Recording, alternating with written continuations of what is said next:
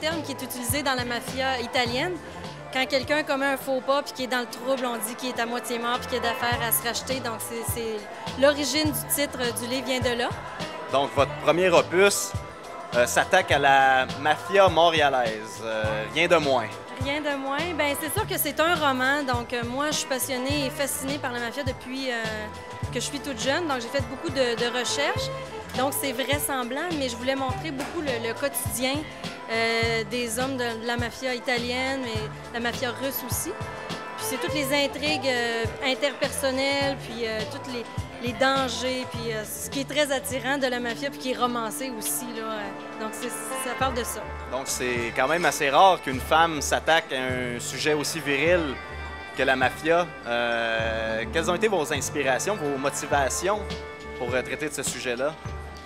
C'est sûr qu'à la base, pour une auteure, les thèmes qui se rattachent à la mafia, c'est très riche, là. Tout ce qui est trahison. Puis moi, j'ai rajouté un côté où c'est un peu sensualité là-dedans, tout ce qui est les manigances. Donc, pour un auteur, c'est sans fin l'imagination pour ça, pour les intrigues.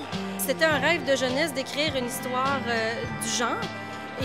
Parce que c'est rare aussi au Québec, surtout par une femme, mais c'est très rare. Il y a beaucoup de bons livres de référence sur le sujet au Québec, mais très peu de romans. En tout cas, on peut les compter sur les doigts de la main. Fait que ça, c'était une fierté pour moi, là.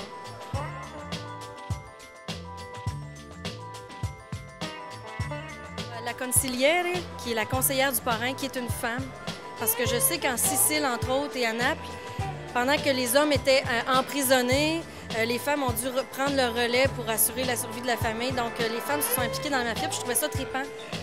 Puis je savais que, bon, une femme à la tête de la mafia, on n'est peut-être pas près de voir ça. Donc, les parrains, c'est des hommes. Donc, j'ai voulu faire une conseillère forte, une femme forte à ses côtés. Donc, ça, c'est trippant. Ça ajoute un petit quelque chose de différent. Donc, l'égalité homme-femme, c'est dans tous les domaines, même ça. dans le crime organisé. Oui, je voulais pas forcer la note non plus parce que ça demeure un domaine très masculin, là, très chauvin. Donc, mais je voulais qu'il y ait un petit peu de moi dans ça, puis je l'ai fait par les personnages féminins. C'est drôle parce que je parlais à un ami qui est italien, puis je disais j'avais fait un livre de mafia, puis il dit « Mafia, c'est quoi ça? Ça n'existe pas. » C'est toujours d'actualité parce que ça va toujours être là. Et c'est gros. Et puis, il y a un côté aussi folklore à ça, là. Tu sais, à cause des films, il y a un côté très romancé qui plaît aux gens. Puis moi, j'avais envie d'exploiter ce terme-là. Puis comme je dis, c'est toujours d'actualité parce qu'ils sont un peu impliqués dans plein de sphères de la société. Donc, ça risque de, j'espère, intriguer bien des gens, là. C'est toujours mystérieux. Mezza Morta de Julie Rivard est disponible dans toutes les bonnes librairies. C'était Guillaume Brodeur pour Maya Communication.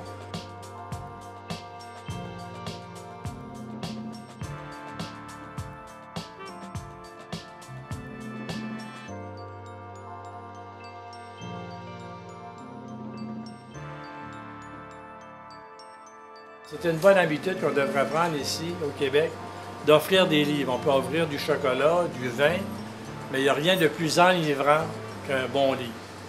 Et Mezza Morta, tout le monde serait heureux de l'avoir, que ce soit pour la fête de Noël ou toute occasion.